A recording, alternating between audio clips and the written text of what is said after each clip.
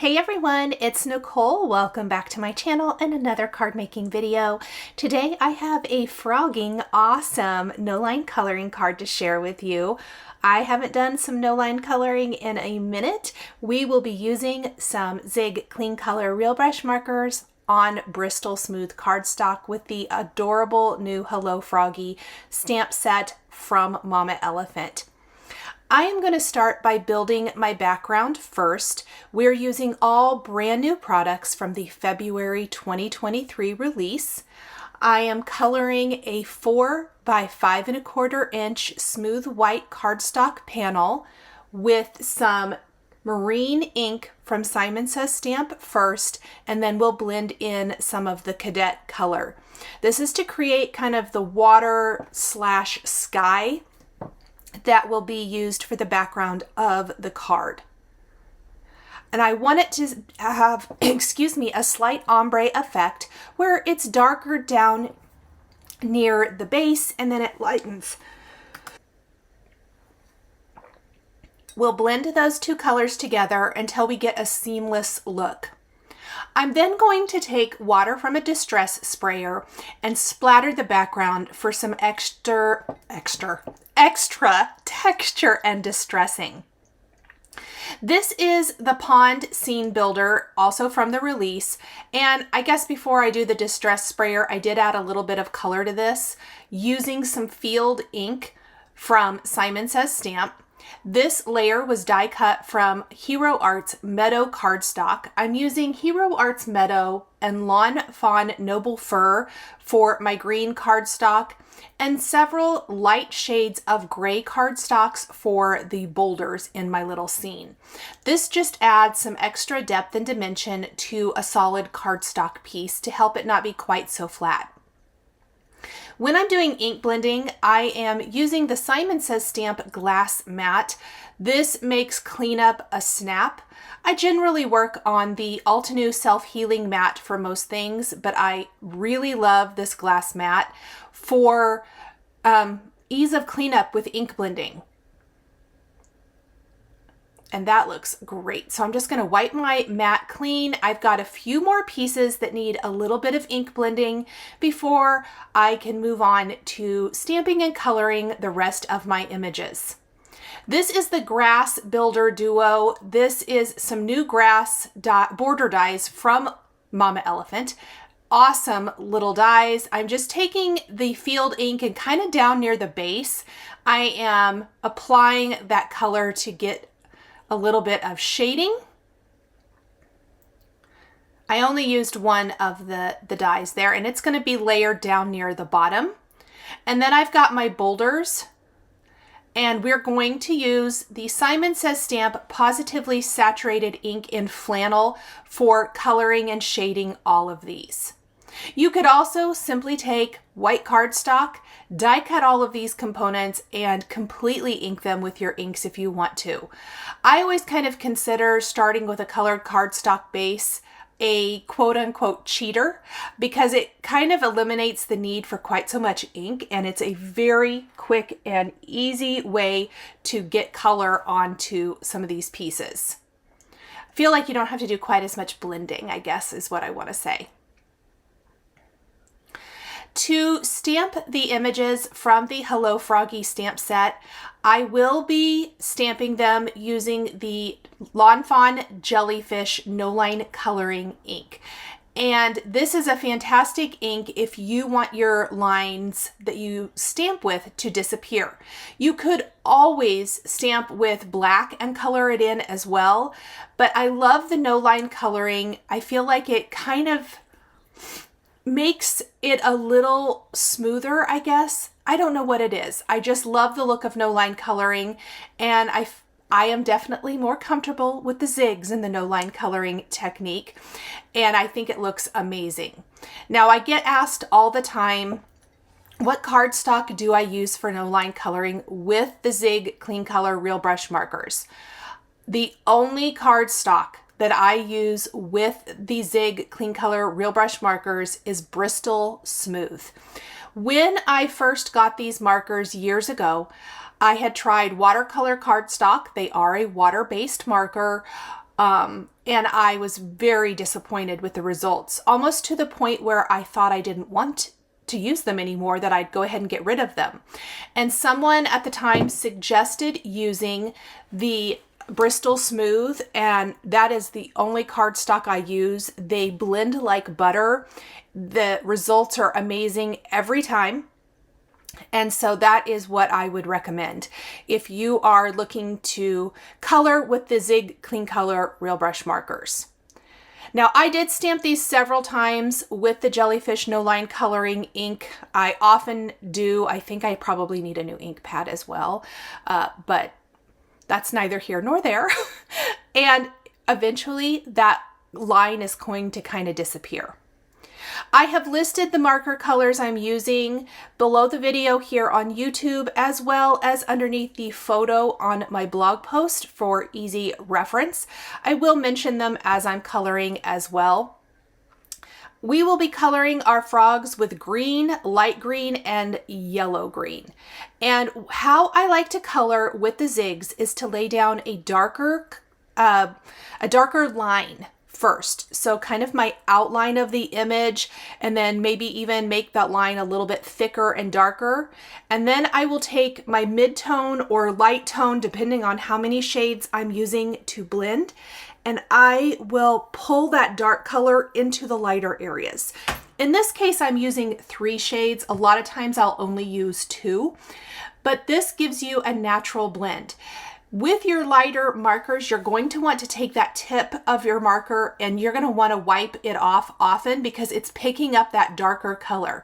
And while that's okay, if it has too much of that darker color on it, it's going to pull that darker color into the areas you want lighter a little too much. So make sure you're just cleaning the tip of your marker off often. I love the tap dancing frog. Does he remind anyone else of that? Isn't it a Warner Brothers cartoon where he sings and dances? That's what this frog reminds me of. Please tell me I'm not the only one.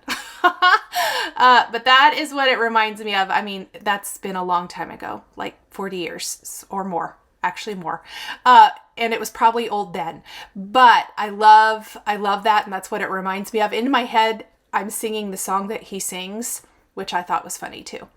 Anyway, that's a long story. I am going to add these same green and light green colors to the grass for the cattails. I did stamp 2 cattails when I am scene building, and this is a good point. You probably saw me as I was talking that I laid out my stamps on my background before I ever stamped anything. And that is because it gives you a very good idea of how many images you need to fill in the space. And I kind of have this rule, it's not a rule, but when I'm designing a card, I lay everything out and then I generally either add something or take something away. In this case, I added. I felt like multiples of the cattail would add to the scene. The images here from Mama Elephant are pretty small, so a lot of times you can add a few extra things. You don't want it to be super crowded. I mean, sometimes you do. Sometimes I like to use all the things, but you want your eye to have somewhere to rest. So I really take a critical look at the scene and see what more does it need. And layering is a huge part of scene building. You'll notice some of the images are going to be tucked back behind the grass, quite a few actually. There's going to be extra little tufts of the grass tucked by the boulders and things just to really make this scene be full and I hate to say realistic because it's cutesy images and we've got our singing and tap dancing frog, but you know what I mean. You want it to look almost, I guess, like a storyboard, a little kid's book, a picture book, or, just a book that you read to little kids. A lot of times when I'm scene building, that's kind of what I am envisioning. What would I like to look at as I was reading a story or something to that effect? I'm using mid brown and beige for the cattails. I had to work on these a little bit. I didn't feel like I colored very well. And then I'm going to take the tip of my marker and add some texture. I need to fix this one down here. Yeah, good. I was hoping I fixed that. And then we're going to take the same mid-brown and beige and do the base of our mushroom.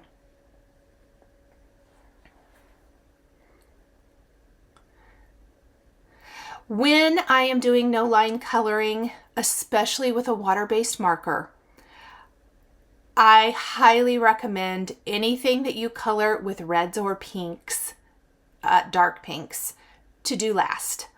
The red, if you touch it with the tip of your marker, will bleed out all over everything. I have learned this the hard way. So you will notice I did the base and the spots on my mushroom first. I did my frog first. I am not going to do anything red or pink until I have everything else colored. And that is just something I have learned over time that works the best for me. So now I'm going to go in with the red because I've colored everything else in on my mushroom. I don't know if I mentioned, but the color I'm using for the spots on my mushroom is mustard with the blender. And then I'm using carmine and light carmine for the rest of my mushroom.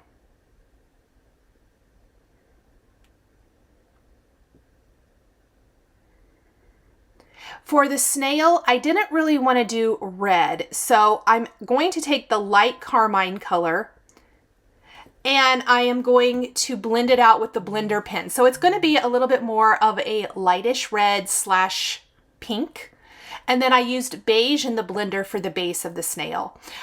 Not gonna lie, the snail is one of my favorite things. Now, when you are finished coloring, I highly recommend taking a black fine tip pen and adding detail to faces and the snail antennae and all of that good stuff. Now, you can use anything that you want here. I have had these Tombow mono pens for a long time and I really, really like them.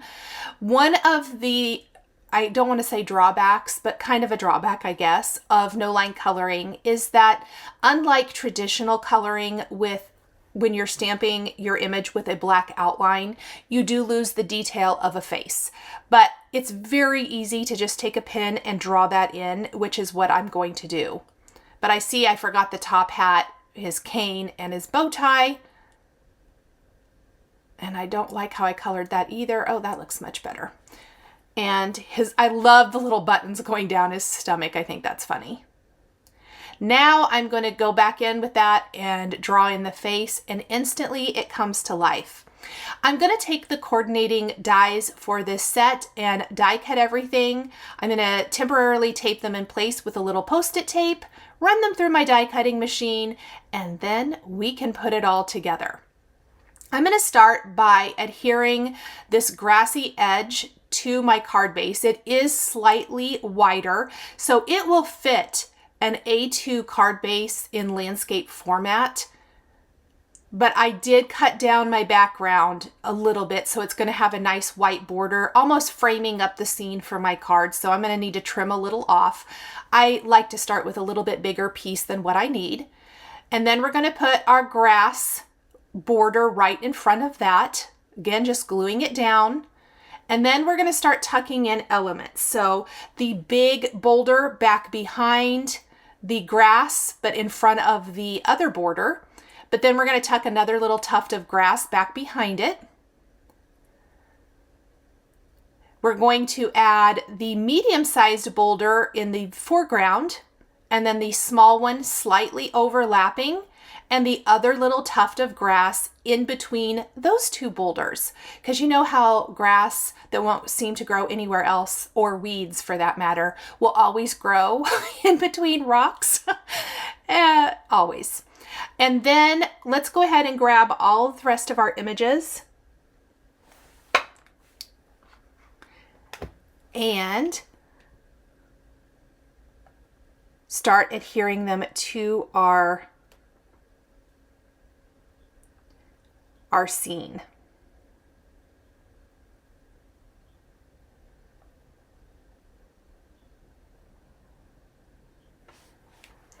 So I love the little frog peeking up from the water. And then I really felt like one of the frogs tucked back behind the grass border adds to the overall feeling. Plus some more cattails next to the water by the boulder, the snail kind of inching along the grass, and then our other frog standing on top of the boulder. I will say I first adhered the tap dancing frog glued down, but it wasn't working for me. I think there's just too many layers. So I'm going to take some foam adhesive and put that on the back of my frog and pop him up. And that looks a lot better. And isn't the no line coloring just so pretty for this? If you haven't tried no line coloring, I really suggest just giving it a try. It does take a little bit of work because we're so used to a black outline for our images, but I think these markers are very forgiving. If you don't have these, but maybe you have the Tombow dual tip markers, I also like those for no line coloring. Give it a try. It's a very fun technique, and it really produces beautiful card results. All right, let's try our foam adhesive for our frog. I'm peeling off all the little backing papers, of course.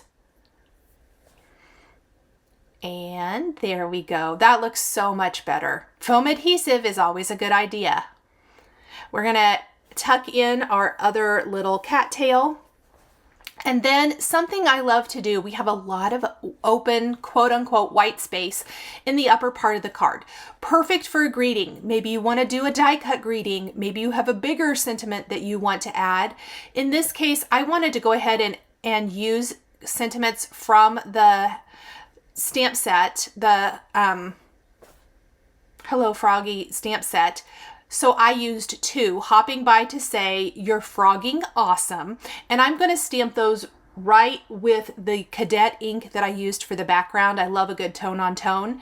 And while I'm at it, I do want to add an additional greeting inside.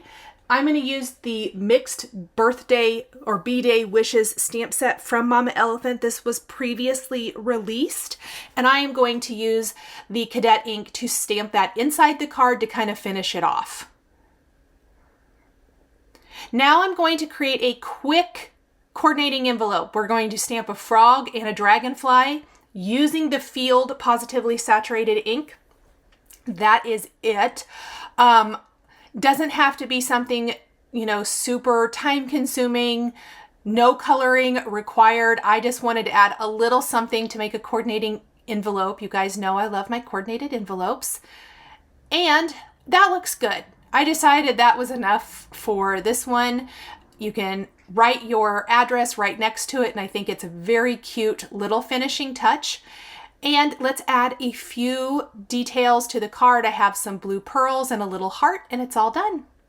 Thank you guys so much for joining me today for this Frogging Awesome No Line Coloring card featuring products from the Mama Elephant February 2023 release. The supplies I used are listed and linked below the video here on YouTube. Thank you so much for joining me today for another paper crafting tutorial. I love being able to share with this incredible community of crafters. I want to give a huge shout out and special thank you to my amazing Patreon members. If you're interested in joining Patreon, please click the link in the description underneath the video here on YouTube. Patreon is a private community where you can support more of what I do. There's exclusive content.